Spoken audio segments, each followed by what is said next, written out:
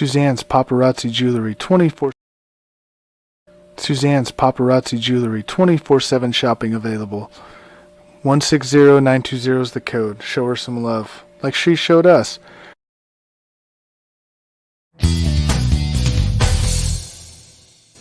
K&A Custom.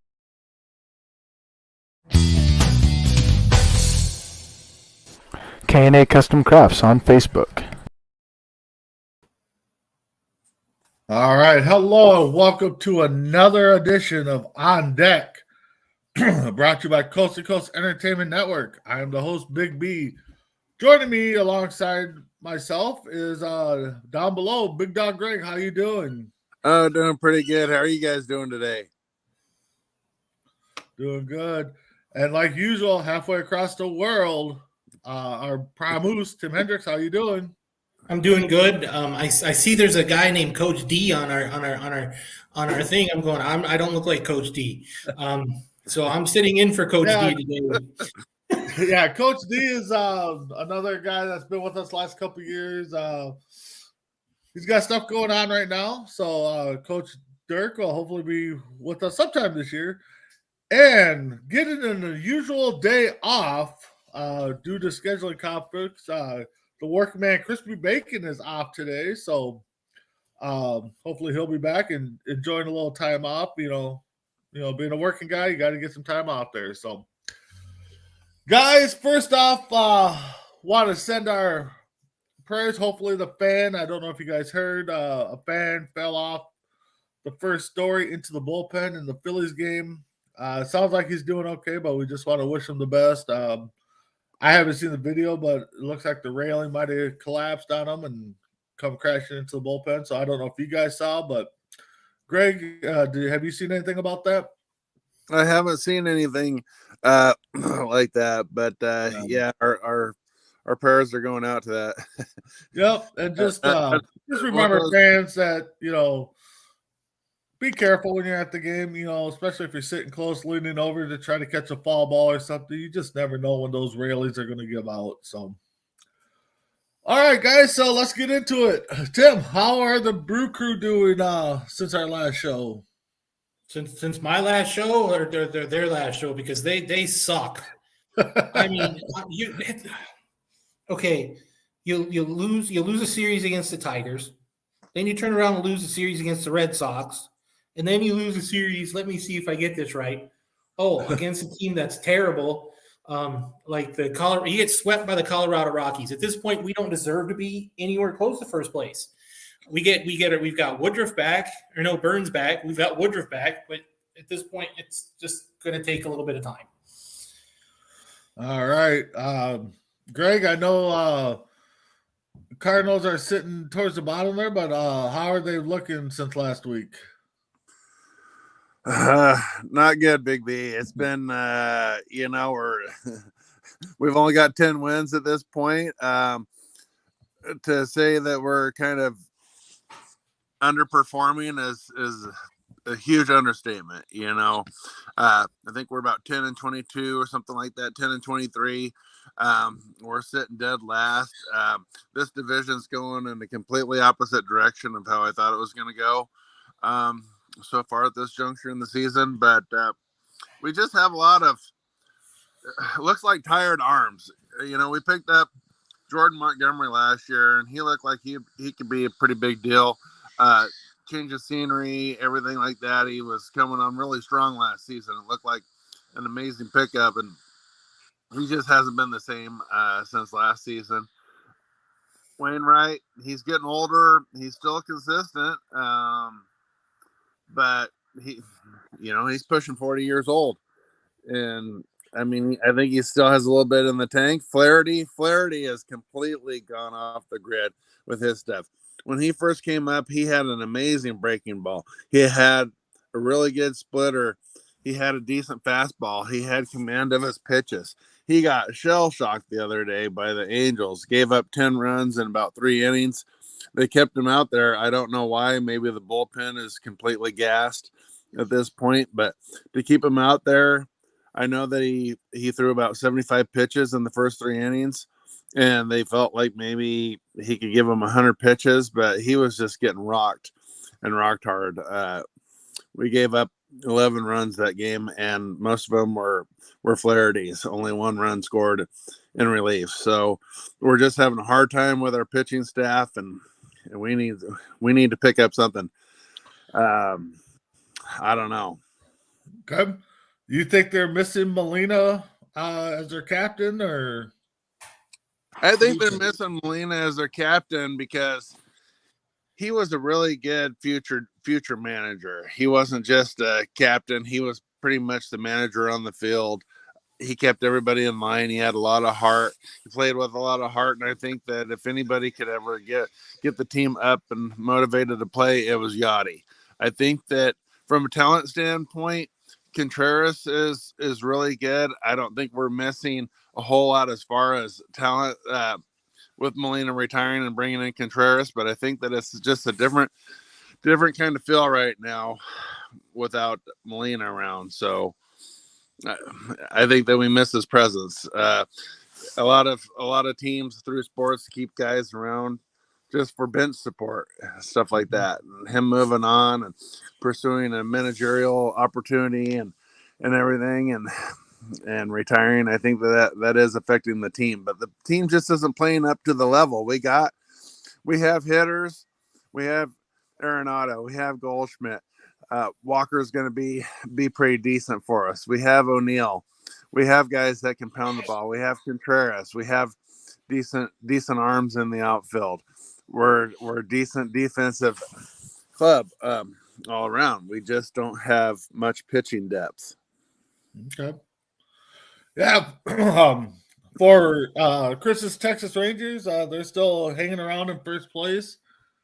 Virtual tie with the Anaheim Angels, who, at the beginning of the year, we thought the Angels were going to be, solid, 2 big names, but they hang around. They might be buyers at the trade deadline. Rangers looking good.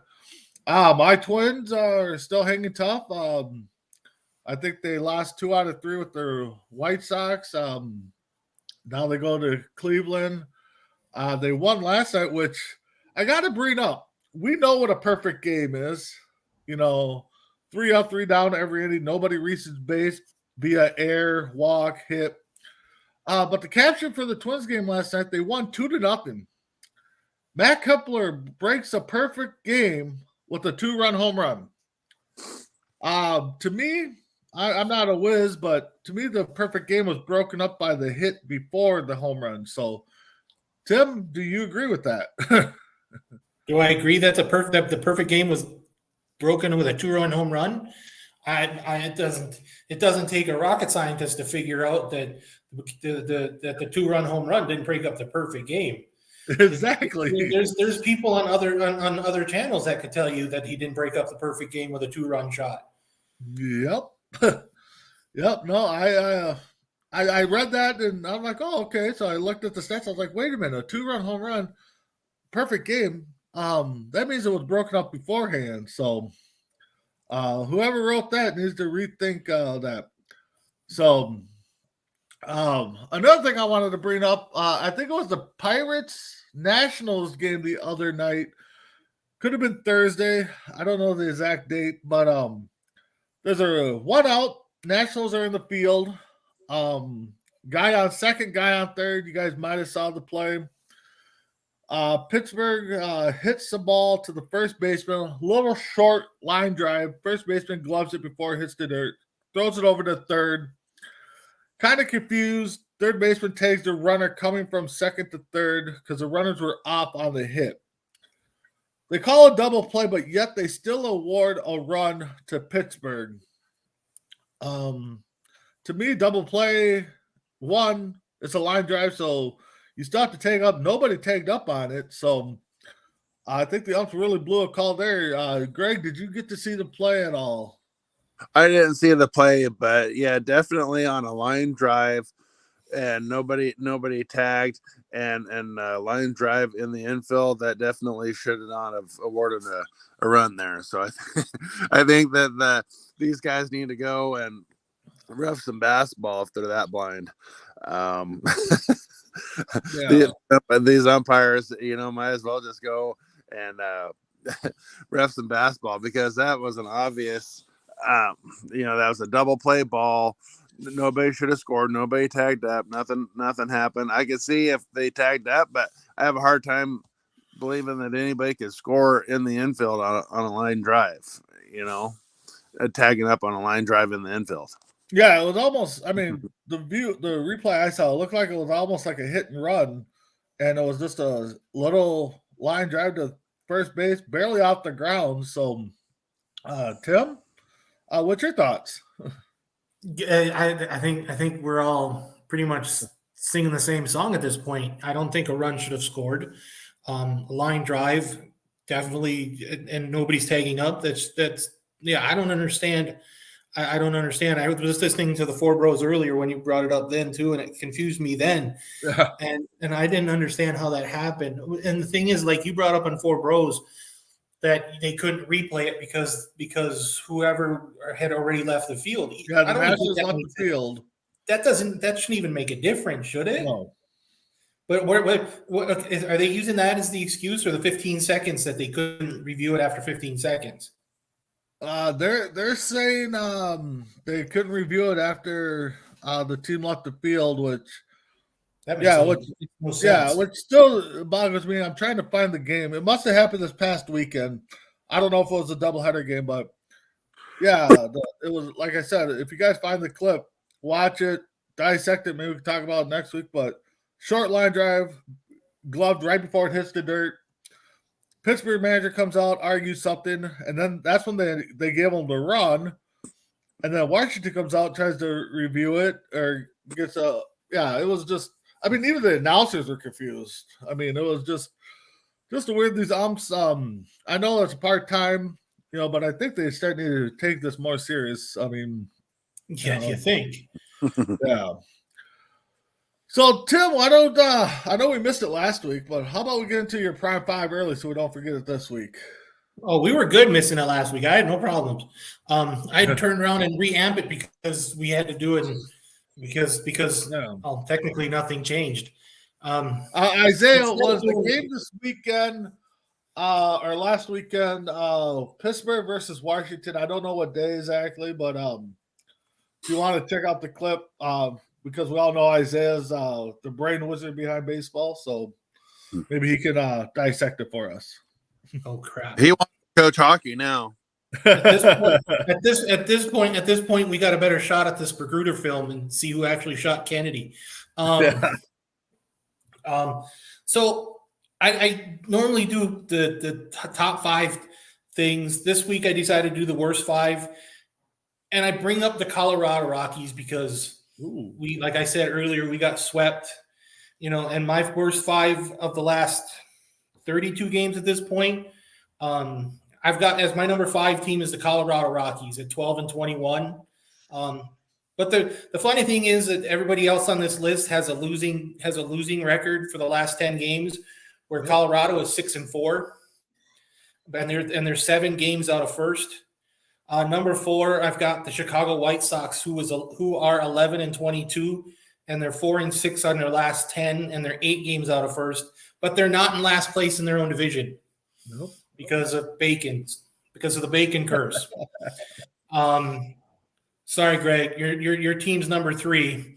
They're 10-23. They're 1-9 in the last 10. I figured St. Louis was was going to be in the top half of our division, and it's just weird. Do you think? Okay, I got a question for you, Greg. Since you're the Cardinal guru on the staff, if they keep doing this, do you think they fire their manager midseason? Oh, wow. I think I don't know if they would fire their manager midseason. They've stuck by some pretty questionable managers. I don't think that they should have really fired the last manager. Which one was Matheny? Huh? Was Matheny your last manager? Having a hard time remembering his name, but he was but he got us to the playoffs and stuff. I know that we had like short exits in the playoffs and everything, but it seemed like we were getting to the playoffs every year with him. So I really don't think that we should have got rid of him. So But- if they do, if you get now that Molina's out there, would you take Molina as your manager going into next season? Ooh, that'd be a good one. I might give it a shot. I think that Molina needs maybe a couple of years in the minors or something, maybe to kind of get going. But I think that something like that would kind of give him a shot in the arm. I don't know if it's necessarily a managerial thing. I think that it's just we need to go make some trades. We've had 2 primetime third base prospects in the last 5 years in Gorman and Walker, and then we picked up Arenado, and we had to move Gorman to second base. We had to get rid of one of my favorite players, Colton Wong, and he's been to like 2 or 3 teams since. I think he's with your Twins now, isn't he, Big B? Who's that? Colton Wong. He used to be in Milwaukee. I believe so. I He can was look in and Milwaukee. see. No, I think he's either in Colton Wong. Where is he now? I think he was part of the Seattle trade Yeah. Okay.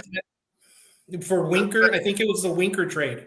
But we had Jordan Walker, who was, I mean, his natural position is third base. Now he's out in right field because we picked up Arenado, and we're eating a lot of money on the Arenado thing now.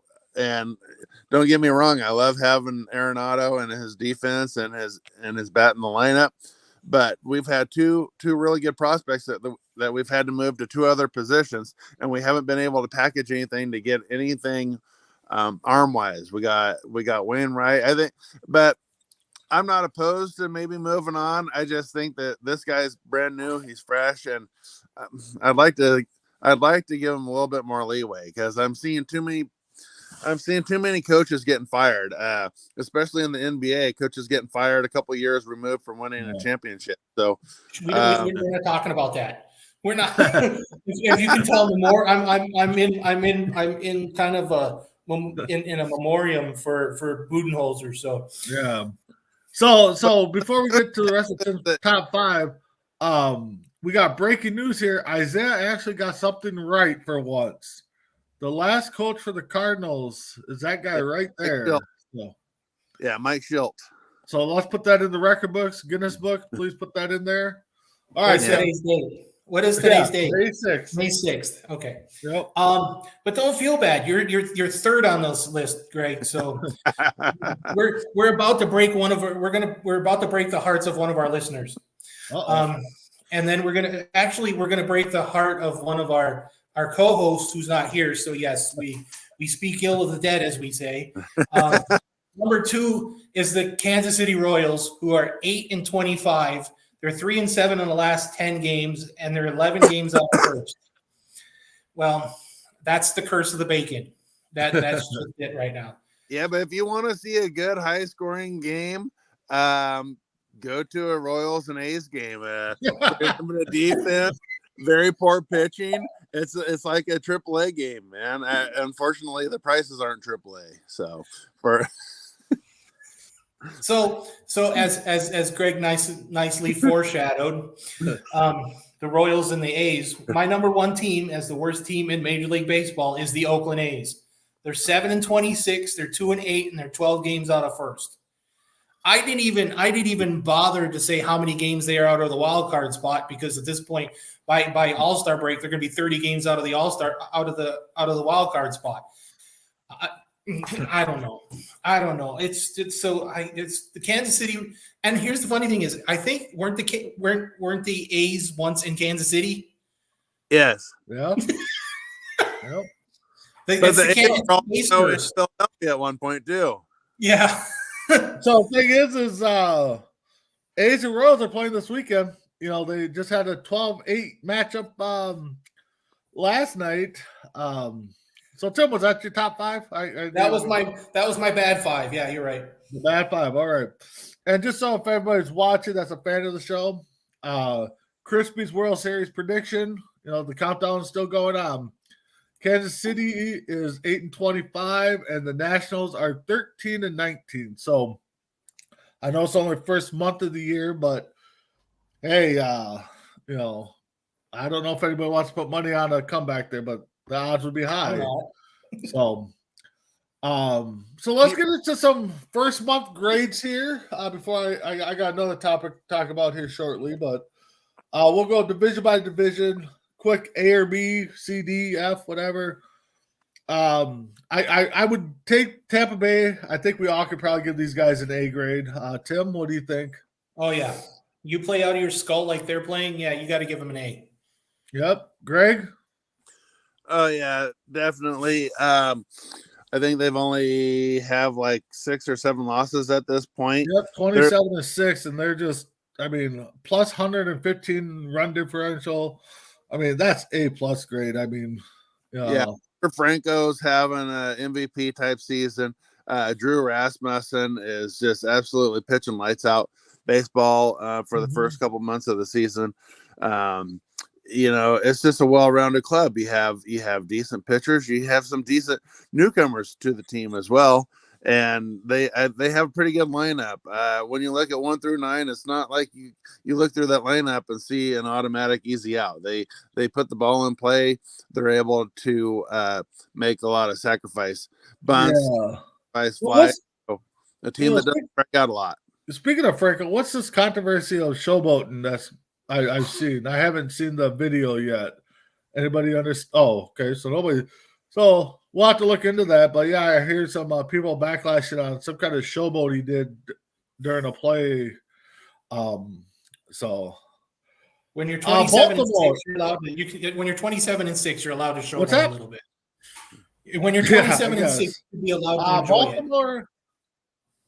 Yeah, Baltimore. I give them another A grade. I think they're doing exactly what they ended the season last year with. Just keep rolling. Now, Greg, what do you think about Baltimore? Well, I think that Baltimore is a team that absolutely smashes the ball. I didn't know if it would carry over into this season or if last year was kind of a fluke, but getting Adley Rutschman up from AAA, and he's just been an absolute terror from both sides of the plate. He's got a cannon on him. He's an awesome talent behind there. He's going to be there for years to come. Their pitching is pretty good. Kramer's is pretty good. They have some Gibson isn't bad. They have some decent pitching, but the one thing right now is even if they don't have the greatest pitching performances going on, they do score a lot of runs. So I think they're good for about 5 or 6 runs a game. So they're giving their pitchers a lot of support. They have decent relievers, and they have guys like Santa LaMacchia and Rutschman that can absolutely pound the ball. Cedric Mullins is another one that can crush the ball. So I don't think they're really missing Machado a whole lot. They're a team they're a team turning the corner, and I think that they're doing really well this year. Yep. Tim, you're great on Baltimore. Yeah, I definitely give them an A. You know, the one thing that they really like to do is they like to steal bases. They're 4th in stolen bases. They're tied for 4th. So I think they're benefiting from the new stolen base thing. Like Greg said, this is a team that has been playing well. They came up, they started really pushing late last season, pushing towards that playoff spot, and they haven't changed. And they just seem like they've done everything that they need to do. Their defense could be a little better, but that's just, it's still early in the season. Yep, exactly. Boston. I don't know. I say maybe a C right now. They're sitting right in the middle there. I know they're kind of rebuilding, retooling a little bit. So Tim, Boston. They score runs. They hit the ball. It's just at this point if we're talking about, it's about pitching. Their pitching is they let up 5.1 runs a game. They're 24th in the majors right now, in just pitching in runs allowed. They're 20. They give up 8.8 runs or hits a game. It's the pitching staff is a little suspect. They're 4.81 in ERA. They're 24th and tied for 24th in the majors. I think if Boston gets back into the pitching, their offense is there. It's just that they need the pitching and they need the defense to work a little bit more behind it. All right, Greg, Boston's grade. I'd probably give them about a B minus, simply because I think they're overperforming. I thought that they would kind of be bottom dwellers this year after everything that they've been doing. They've been trying to cut salaries. They've been getting rid of players, moving on from some contracts. So I think that they're a team that definitely is entertaining. I think, like Tim said, they don't have a whole lot for pitching. I think that when they go out there, they got to score about 6 or 7 runs a game to give their team a chance to win. They have been winning some of those games, but I'm going to give them a B minus because they've been beating a lot of teams lately that they probably shouldn't be beating, but then they also have a tendency to lose games to teams that they shouldn't be losing to. And I think that happens in all the sports, but it just seems like sometimes when they get a mismatch, they don't take advantage of it. But then sometimes when they come in as the underdogs, they're able to do okay. But I think their pitching health and getting Sale back on track are going to be big factors on how well they do this year at the end of the year. Yeah, Boston's right now riding a 7-game winning streak, so yeah, they're looking pretty good. Toronto, for me, I gotta go D because I expected these guys to be at the top battling. I know it's still early, but I don't know if things aren't just clicking, injuries possibly, just maybe Tampa is just top notch right now. So Tim, Toronto. I've got to give them a C minus because I think much like you were expecting them to be leading the AL East, if not one or two, not 4. You're and everything up and down the line stats wise, they're just mediocre. It seems like they're underperforming. Yeah, it's you expected a lot more. I expect a lot more. Eventually the excuse it's early is going to go away.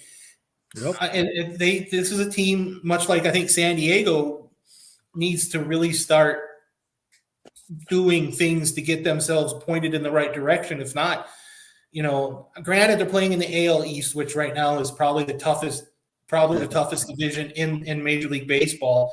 But it's just you need to start playing better just to keep up with the Tampa Bay Rays. Yep. No, Greg, Toronto's Greg. Yeah, I'm probably going to give them like a D plus because when you got a team that's got Springer leading off, you got Bichette, you got Guerrero, you got Chapman in there. Those guys aren't producing the way that they should. And then you got pitchers like Gossman, who he's been hammered a couple of times really hard. They've been giving up a lot of runs. Barrios, every now and then he'll pitch a great game, but every other game he seems like he's a walking pinata. So I just think that they're a team that sometimes they don't score a lot of runs, and their pitching staff, when you got your ace like Gossman on the hill and he's giving up 5 or 6 runs, it's going to be hard to win some games. And so I think that they're definitely underperforming. They have too much talent up and down their lineup to be where they're at. Yep. No, I agree. And Barrios, we saw it with Minnesota when he was here. Like you said, when he's on, lights out. When he's off, everybody gets a hit off of him. So, yeah. New York Yankees. I know as a fan point, we're all happy that they're sitting at the bottom. Right now, I'm in the D, the D plus range, D minus, somewhere in there. Greg, the Yankees, what's your grade? I'm going to give this grade an incomplete because we never know what we're ever going to see. There's too many guys that are just sitting on the bench, and we're stuck out there. We're stuck watching guys like Hicks out there playing every day because Stanton can't stay healthy, or some other persons can't stay healthy. So when you're looking at a team that's constantly on the injured list, and you're going out there and you're paying big money in New York to watch these guys, and Rizzo's out, and Donaldson's out, and Stanton's out. All these guys are out, and you're basically left with like your AAA call-ups and everything, and the only decent thing you have going on is Garrett Cole's pitching at this point, and every now and then some brightness from Nestor Cortez. I just think it's like to be seen. But right now, if I was to give them an actual grade, I'd give them a D minus because they're just not getting it done, except they have a few bright spots with their pitching, but all their big RBI guys and their home run guys and stuff, they've sat out most of the year with injuries. So I think it's just another year for New York. Yeah, I kind of like that incomplete grade. So, Tim, how about you? As a fan, I think the three of us would agree this is an A. Yep. But as somebody who watches baseball and think, the Yankees should be contending every year, but they're one game over 500 and it's kind of difficult to watch. If you're a Yankees fan, if you're a Major League Baseball fan, you love watching the evil empire decide to blow up the Death Star every week. They're mediocre offensively, like Greg says. All your power is gone. I've got Stanton on IR because he's injured. You got Judge now hurt. You've got players who are putting up numbers last year that aren't doing anything. When your one bright spot is the starting pitcher you got this past year, you have no bright spot. At this point, you're sitting under the moon. Yep. Next, we'll go to the Central. My Twins are leading. I'm going to give it a solid C+ grade because A for pitching. I mean, the pitching is just right now just phenomenal. I think, early indications we have possibly a couple of Cy Young top 5 candidates right now. But the bats are just not there right now. Yeah, we just talked about Kepler winning the game with the 2-run shot, but they're just so hit or miss. And, if the pitching's off, I mean, Twins could get destroyed. The bats just aren't there. So I'll go C+. Tim, the Mighty Twins. I'll do you one better. I'll give you a B-. I look at the stats, and you guys are in the top 5 in so many pitching stats. Mm-hmm. And, everybody else is complaining that, we wish we had pitching, and you guys just don't have the offense at this point. You guys average 4.5 runs a game, which isn't that bad, but you're only giving up 3.6, which is in the top, which is tied for second. It's just, I don't know. It's sometimes I don't even, to be honest, I haven't seen who you guys have played, but you guys need to be beating teams that you should be beating.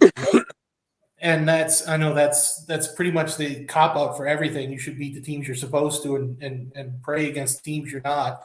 But you got, I wish I had your pitching staff, and I'm the guy who's got Brandon Woodruff and Corbin Burns at this point. Yeah, exactly. Greg, your grade for the Twins. I'm going to give them a B-. I think that they have a lot of inconsistencies at the plate. You're looking at Buxton. I'll tell you, when he's on fire, he's on fire. But there's been times where he's came up with 1 out, runners on second and third, and strike out or trying too hard. And I understand that these things can happen, but I think that Buxton's going to be an awesome player for years to come. But you have guys like him that aren't always performing up to level. Trevor Larnach, I thought that when he came out of Oregon State, because he was a great player, they had Rutschman and Larnach were the 2 big boppers for Oregon State. And when they got drafted and Rutschman went to the Orioles, Larnach went to the Twins, I thought, man, that's going to be a huge shot in the arm. And Larnach's not really playing up to the caliber that I thought he was yet. I think that there's a little bit of inconsistency there. I think that when I look at the Twins lineup, they do have a few guys that's not as loaded as, say, the Rays or like as San Diego Padres or even like New York Mets or Braves lineup or anything like that. But they do have some talent to get some runs on the board. But I've seen too many like 3-2 ball games out of the Twins. Fortunately for you, Big B, they've won most of those. And their pitching has been on. But every now and then, Lopez will just have one of those weird off games where he'll give up like 8 hits and like 3 1/3 or something like that, and a team light it up. But for the most part, it's been a pretty consistent pitching staff. So I'll give them a B-, and I don't think this division is going to be that difficult to get out of. Nah, you're right. And I'll put it right out there now. Gallup keeps playing the way he does. He's comeback player of the year right now. So Cleveland, the Guardians, still an F on the name. I'm sorry, but Tim, what's your grade on the Cleveland? Cleveland. I thought we had Cleveland winning this division. Yep. Again, this is one of those What's underachieving your Crispy teams. Bacon?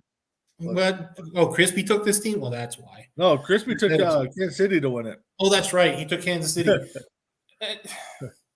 You know, if stolen bases were the thing, you know, they'd be super. This team underachieves so much. This team's got talent, and it's just at this point, like Greg said, this division's going to be so easy to walk out of.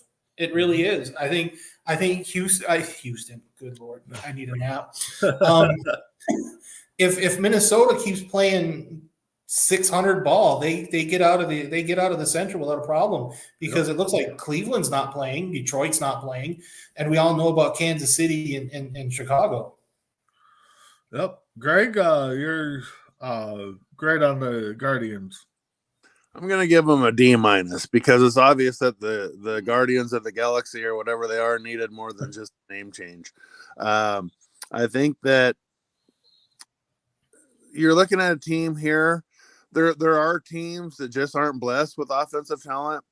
The Guardians, it's hard to call them that because I'm so used to them being the Indians. I know.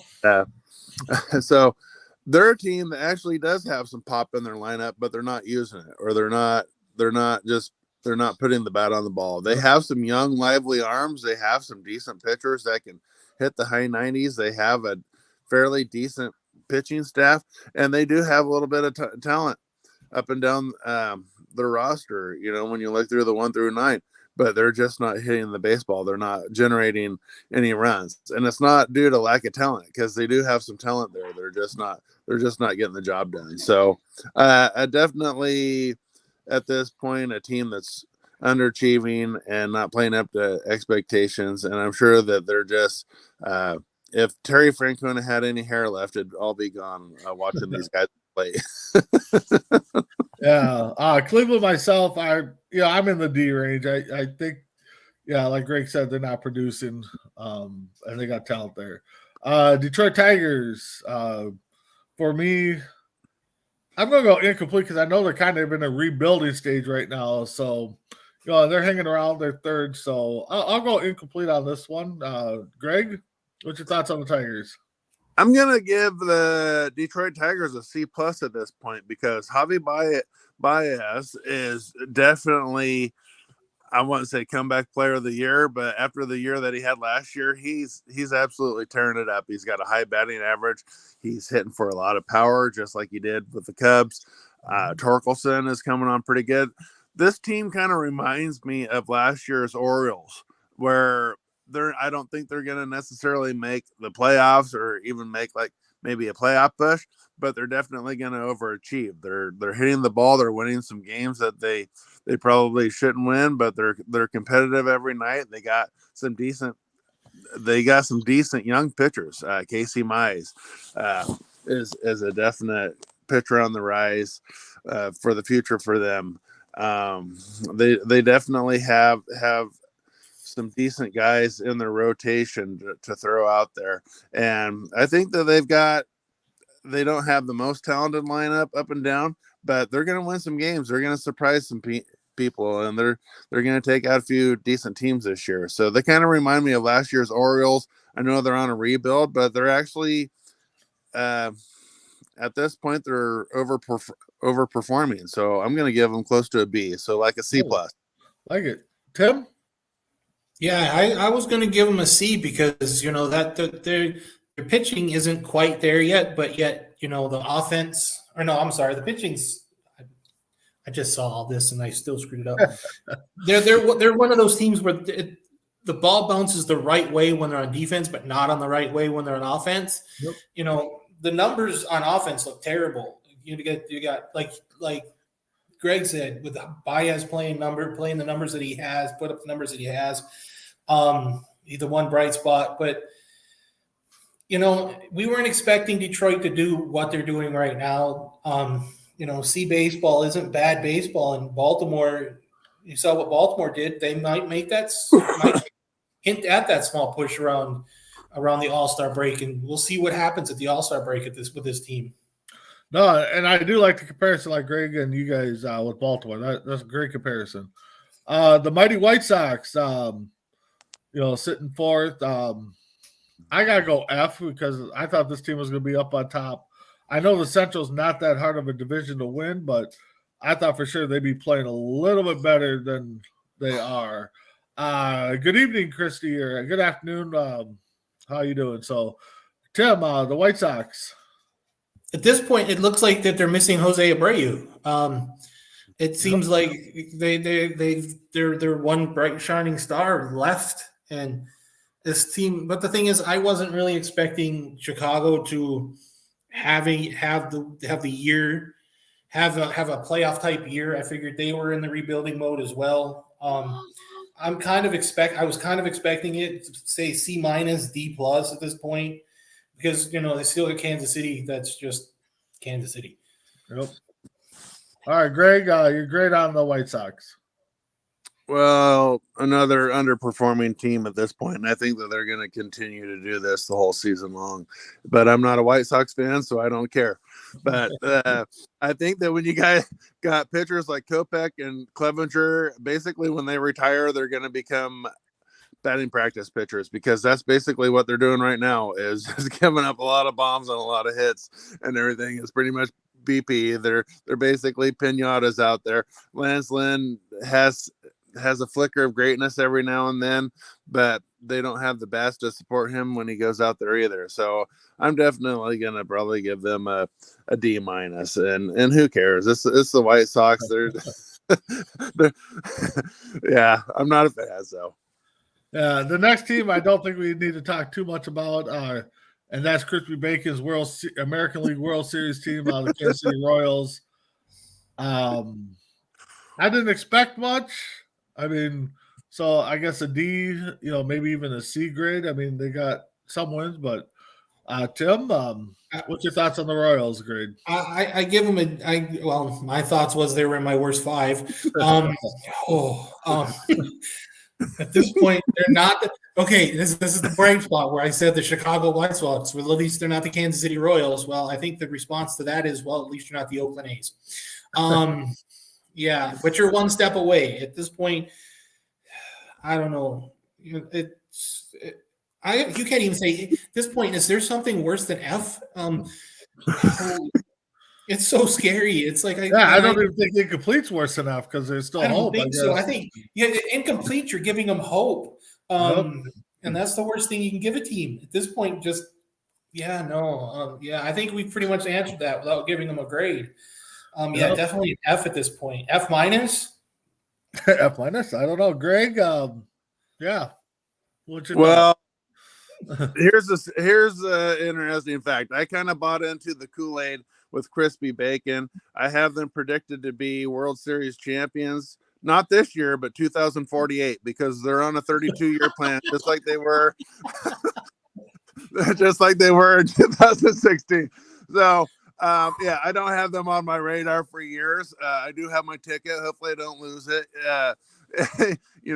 down the road. But yeah, definitely an F. I mean, the best player that they had for a few years there was Whit Merrifield, and he's not exactly tearing it up for the Blue Jays right now at this point. So they don't have a whole lot to work with. They don't seem like an organization really wanting to even try to rebuild at this point. They had a really good team for a while, and then they blew it up when things weren't going their way, and they went from World Series contenders to pretty much the laughing stock of Major League Baseball, besides the A's, this year. Well, the thing is, in 2048, when everybody's looking back and finding archive information, you heard it here first that Greg has predicted that 2048, your World Series champs will be the Kansas City Royals. So at least it's not Bacon saying it. Yeah.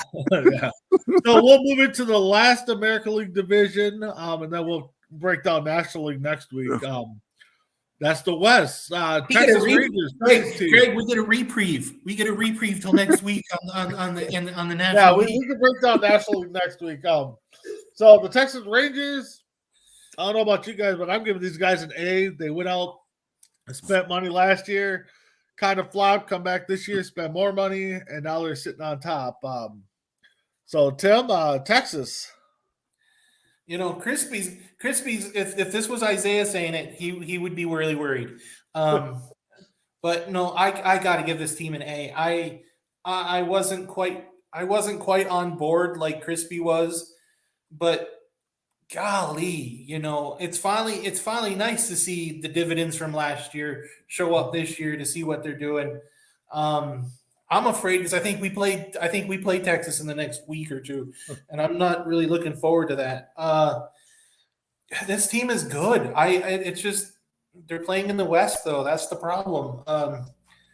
If I were a Rangers fan, I'd be happy, because at this point it looks like the all in from last year turned into all in this year. Yep. Greg, Texas. Yeah, I'm going to give them an A grade. I don't think that Bruce Bochy was wanting to come out of retirement for just any team. So I think that he was very selective, and I think that he saw that the team was willing to make some moves and spend the money. Their team, their general manager and their ownership is a team that wants to win, and they want to win now, and they're willing to put up money to go get players to help them reach their goals. So they've got a pretty strong lineup up and down. They got a good young pitching staff led by DeGrom, and Evaldi's pitching lights out this year. So he's kind of having a turnaround season for them. I think he's only given up a couple runs a game, if that, for him. So, and DeGrom, when he's out there, high strikeouts, low ERA. So I think that they got something cooking over there in Texas. So I'm going to definitely give them an A at this point. And they're doing it a lot without Seager right now. Yep. Nope. Can't disagree. Next is the James Gonzalez's Los Angeles, the Angels. I'm going to go B, because they're performing better than we thought they were. I don't think they're at A level. We'll see what time tells in the future. But Tim, what's your grade for the Angels? I give them an A minus. I thought they were on that cusp, but this is they're going out there. They're playing baseball like they should. They finally figured it out. I think. Yeah, I know they're 5 games over 500, but they're getting it right. They're getting it to where they're keeping all the puzzle pieces they need to keep, to see if they can keep Ohtani, because with Ohtani being gone, possibly through free agency, possibly with Trout being gone, they're doing everything they can. Maybe they're doing what they're supposed to try to build a team that they can get the World Series in the next 3 years. That's and making sure that they keep Trout and Ohtani, because I think you put butts in the seats with those two guys. Especially if you go to Oakland, you definitely put butts in the seats. Yeah, all 3,000 people. Yep. So, Greg, your grade for the Angels? I'm going to give the Angels a B plus. Their pitching rotation isn't that strong. They do give up quite a few runs sometimes, but when everybody's healthy with Trout, Rendon, Ohtani in the lineup, you got a pretty good mix there. I think they're just go at times when they're all on. And Rendon is starting to show glimpses of his old self from about 3-4 years ago when he was with the Nationals. He's hitting the ball really well. I know that he's had a few disappointing seasons over there and hasn't exactly earned his contract, but he's definitely seems to be getting his head right. I know that he had some issues earlier on this season with a fan and everything, but it seems like he's starting to get back on track. And I mean, they just lit up my Cardinals, which who hasn't lately, but still it's they're playing decent baseball. And I think that they just need a few more lively arms in their, not their rotation, but just kind of in their pitching depth. I think they'll be okay for the long stretch. Yeah, no, I agree. Now a team I'm kind of interested to see where this all comes about. The Houston Astros are in third, 15-17. I'm going to go C, because I figure they'd still be bad. I mean, they're only a game out, so I guess they're still battling, but I figured we'd be talking about them being at the top of the division. So I'll go with C right now. Greg, your thoughts on Houston? I'd probably give them a C grade. they're a team that's all pitching at times, even though they got Yordi Alvarez, kind of in the 4-hole over there. You got Bregman still in the lineup. You got plenty of pop up and down that lineup, but they're not generating a lot of runs. But they do have a really top-notch pitching staff with Hunter Brown and Vasquez and Urquidy and some of those guys that keeps those game totals down. But they're just not generating a ton of runs. But they put together a pretty good little win streak last week, but they're just not an exciting team. They're not a team that's exciting to watch at this point, which is kind of sad because they're the defending champs, but they're just not really lighting the world on fire. So I'll give them a C because they just seem pretty stagnant out there right now. All right, Tim. Yeah, I have to agree with both of you. The C grade is just, for a team coming off a World Series, you figure they'd be a little more exciting. It's just they're not. They're just mediocre. They're right up there with where you think they'd be playing lights out baseball, but they're underachieving. They're underachieving it with such a good with power, everything they've got on their lineup. It's one of those teams that's underachieving. And we'll talk about the Padres next week, but that's another team that's underachieving. Yep. Let's move on to Seattle. To me, I'm going to give that incomplete grade because I know they're kind of rebuilding. They got some young talent there. They battled last year. They seem to be kind of taking an early hit right now, but I think this team's going to turn it around. But right now, I'm going to go incomplete. Tim, Mariners. Yeah, I think this is my first incomplete. I figured they'd be better than fourth. I think we all expected them to be fighting for a wild card spot at this point. Yeah, I know they're probably 3 games out of the wild card spot, but their bats just aren't producing. It's just when you're 30th in hits, 30th in average, you're just not putting the ball in play. You're just not creating the offense that you need. It seems like they're big flyer go home. All right, Greg, Seattle. Well, I probably give Seattle about a D grade because they definitely have the talent in their lineup.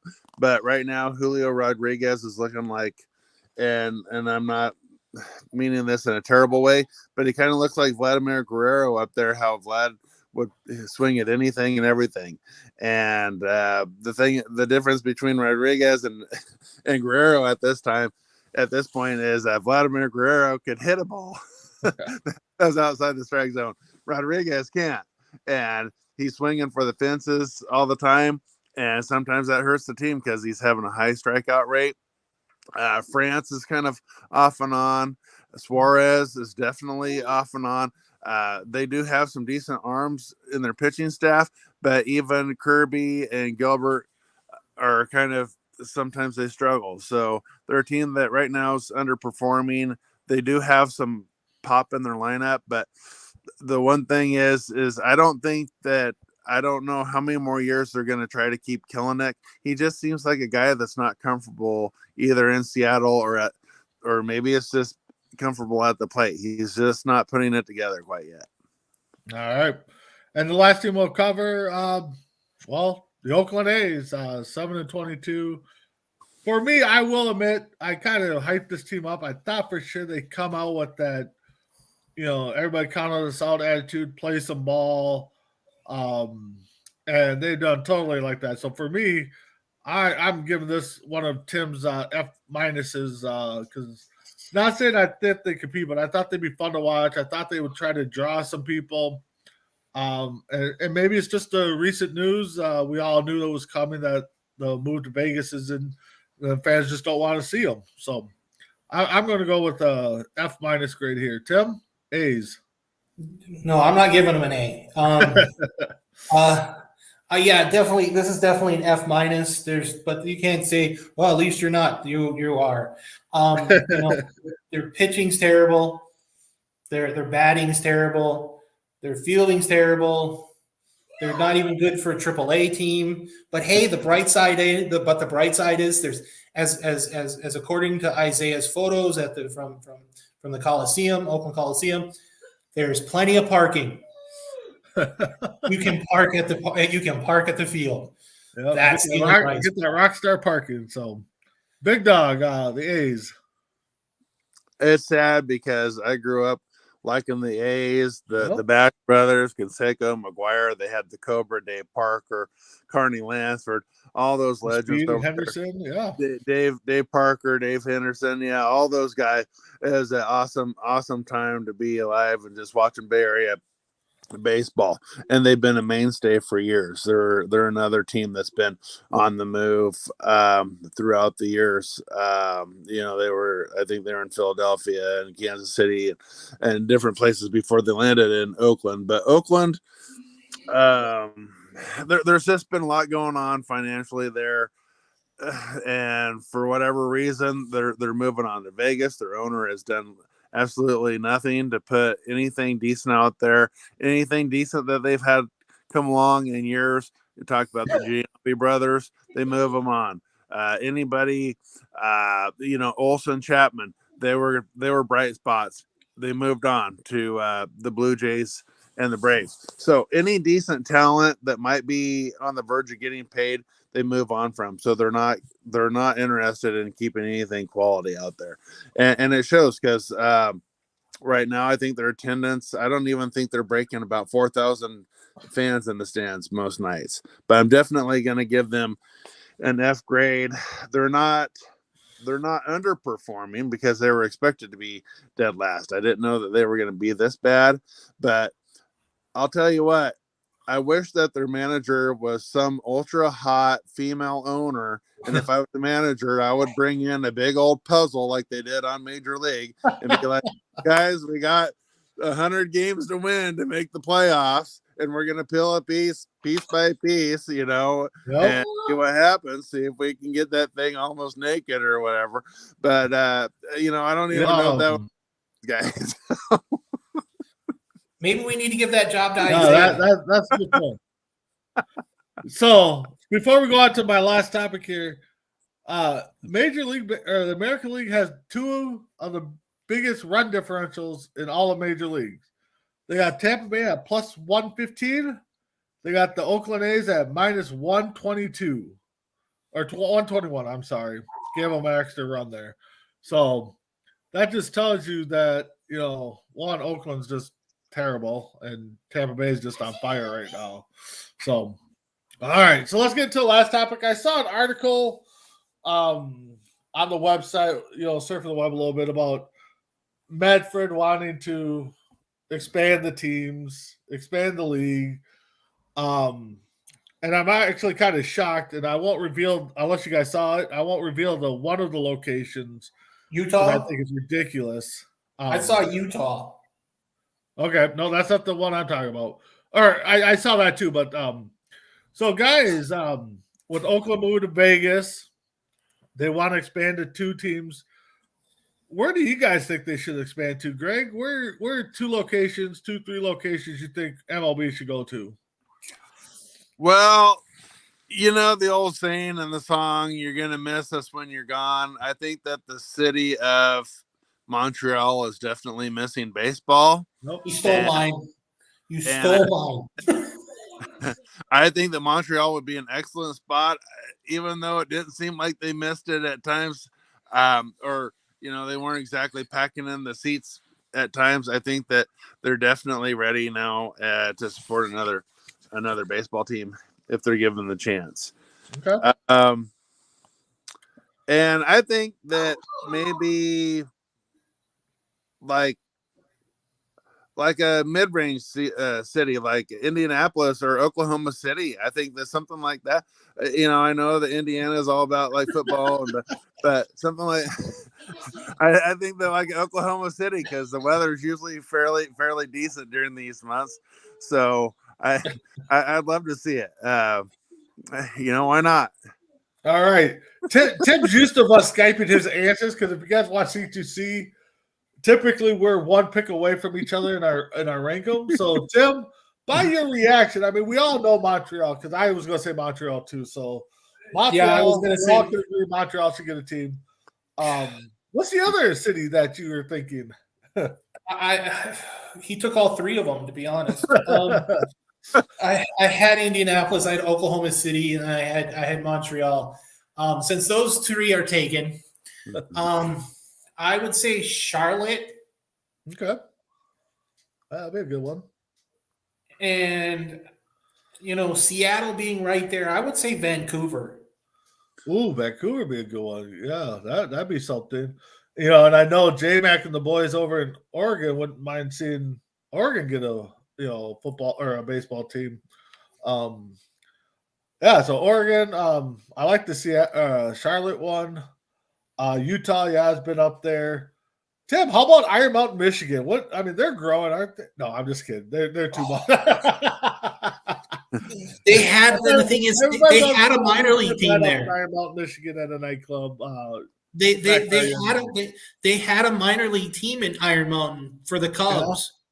Yeah. Yeah, my grandfather played for them. Gotcha. So, but yeah, I think Montreal is definitely the leading candidate to get an expansion team, I think. But anyway, so the article read that, they're expanding.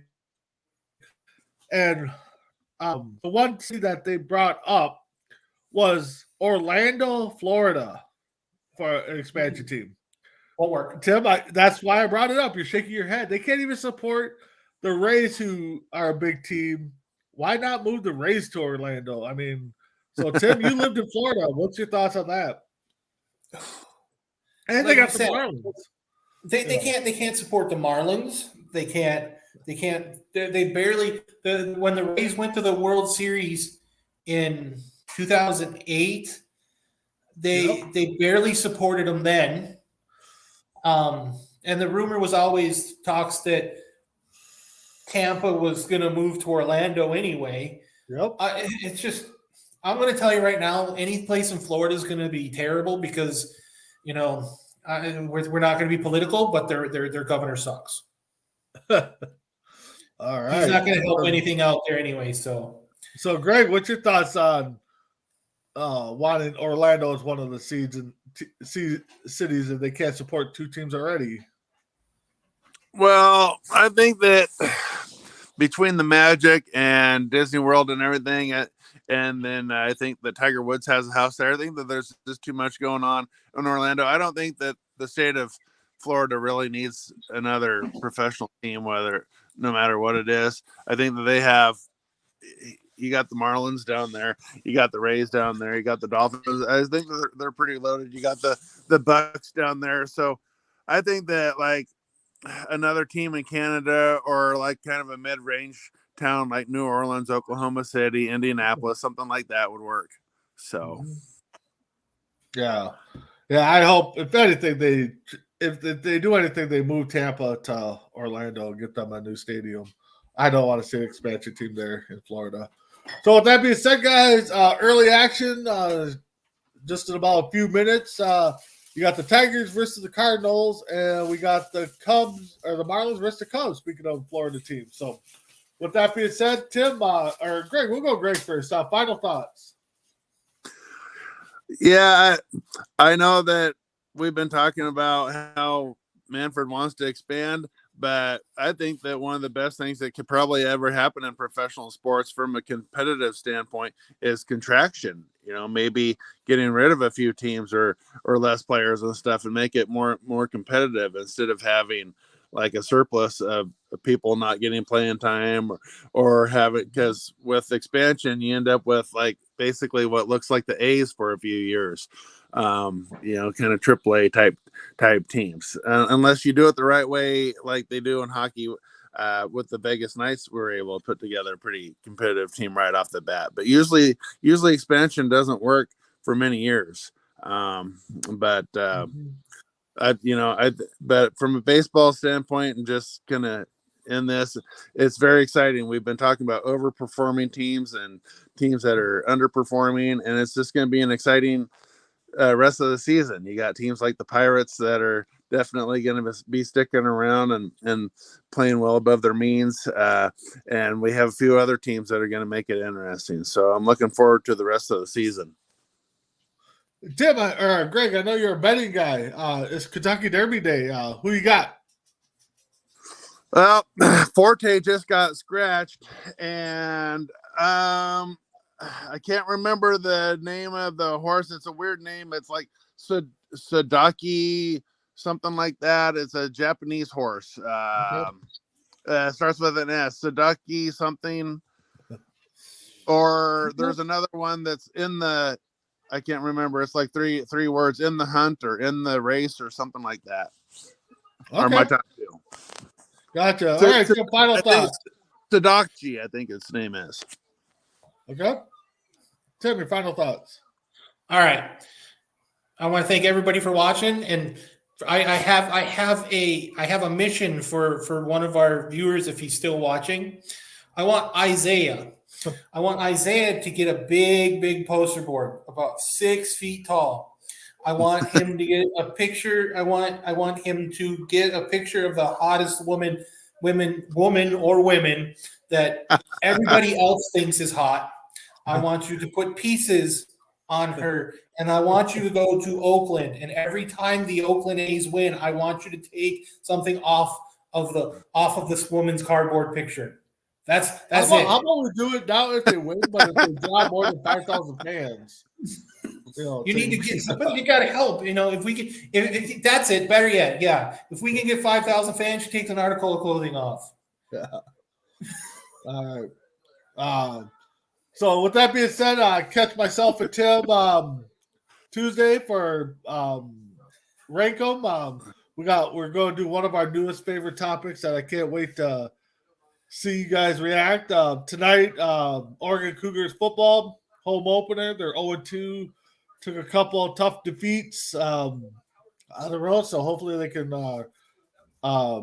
turn that train around and start getting some W's in there. So with that being said, want to thank Tim, Greg for joining, the viewers, Isaiah, Chrissy. If I missed anybody, I'm sorry. But join us next week as we break down, give our grade for the National League. Have a good night.